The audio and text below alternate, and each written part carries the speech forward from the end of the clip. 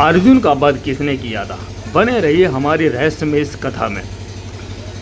जब महाभारत समाप्त की ओर था तो भगवान श्री कृष्ण ने महाराज धर्मराज से कहा कि अब तुम भारत में चारों ओर जितने भी राज्य हैं उनसे शांति का संदेश और मित्रता बढ़ाइए। तो उन्होंने अर्जुन से कहा, हे पार्थ, तुम ज्ञानी हो और सबसे बड़े धनुषधर हो, एक काम करिए, सबसे पहले आप नांगलोक जाइए, उसके बाद मणिपुर जाइए। ऐसे करके वो हर राज्य में जाने की उन्होंने तैयारी की।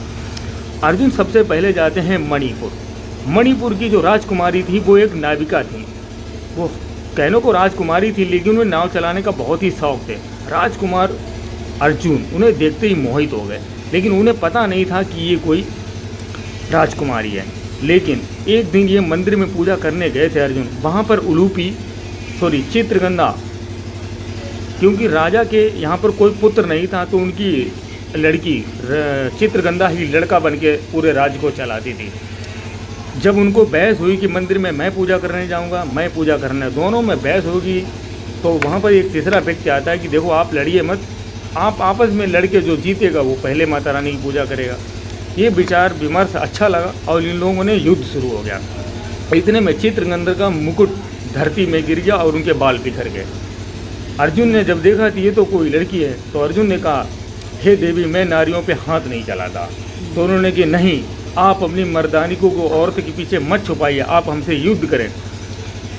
तो उन्होंने बताई कि आप मर्दाना रूप लेकर क्यों घूमती हैं। तो उन्होंने सारी बात बताई कि मणिपुर में जो राजा हैं उनके कोई पुत्र नहीं है, मैं उनकी इकलौती पुत्री हूँ, इसीलिए मैं चाहती हूँ कि किसी भी राज को ये ना पता लगे कि उनके पुत्र नहीं है, नहीं तो हमारे मणिपुर राज्य पर कब्जा कर लिया जाएगा। तो उन्होंने कहा कि हम उनसे मिलने के लिए आए हैं। तो चित्रगंधा अपने पिता से मिलवाने के लिए ले गई। अर्जुन ने उन्हें सारी बात बताई तो बड़े खुश हुए कि युधिष्ठिर से और भगवान श्री कृष्ण से हमारी अच्छी मित्रता है, तो उन्होंने मित्रता का हाथ बढ़ाया। काफ़ी दिनों रहने के बाद अर्जुन ने चित्रगंधा से शादी कर ली। महीने 2 महीने रहने के बाद वो वहाँ से चली गए। चित्रगंधा के एक पुत्र हुआ।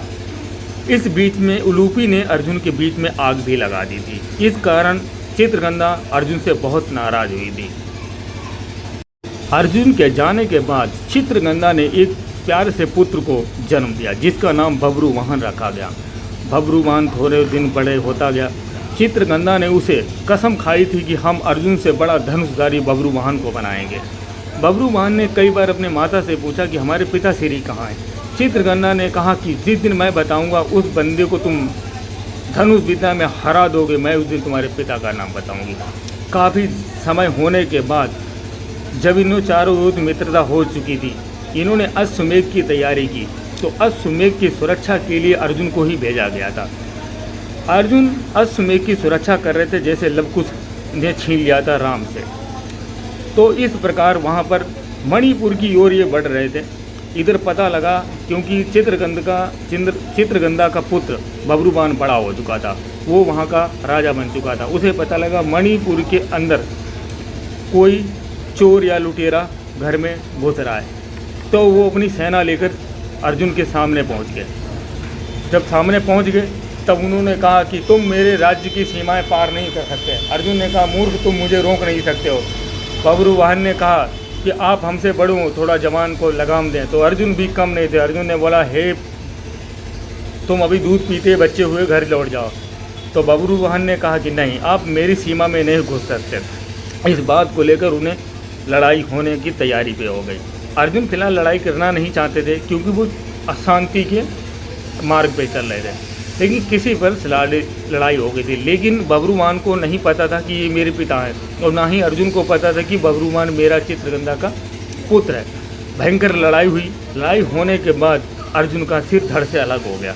बब्रुवाहन अपने घर गया और खुशी से अपनी माता चित्रगंधा को बताया कि मैंने आज उस लुटेरे बेईमान घमंडी को मार दिया है।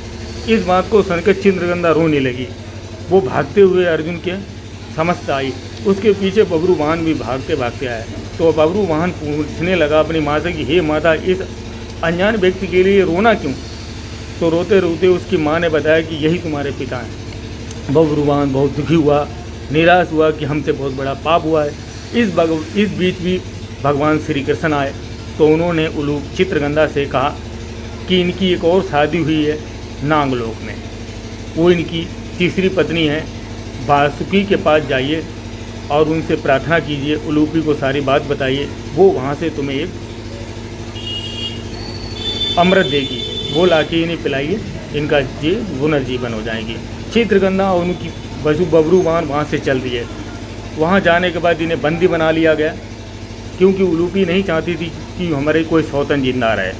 लेकिन यहाँ पर अर्जुन मृतक थे और भगवान श्री कृष्ण ने संदेश भी भेजा था। तो वहाँ से उलूपी, चित्रगंधा और बबरूवाहन और बासुकी नाग साथ में आए अमृत लेकर, और अर्जुन को पिलाया गया। अर्जुन पुनर्जीवित हुए, अर्जुन पुनः जीवित हुए। तो हमारी ये कहानी कैसी लगी है? अगर अच्छी लगी हो तो इस चैनल को सब्सक्राइब करें, ताकि आपको कहानी हमारी ऐसी मिलती रहे। आप जब